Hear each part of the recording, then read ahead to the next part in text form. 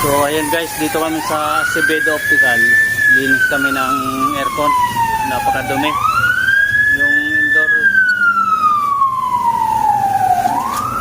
hindi ko na nakuna ng video kasi walang tagahawak ng camera.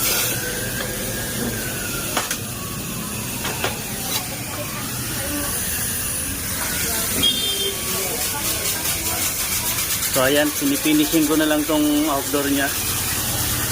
Kundoro nga pala to.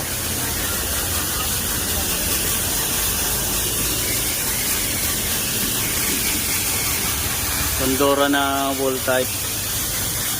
Linis. Dito to sa Acevedo nga pala, sa Cadiz.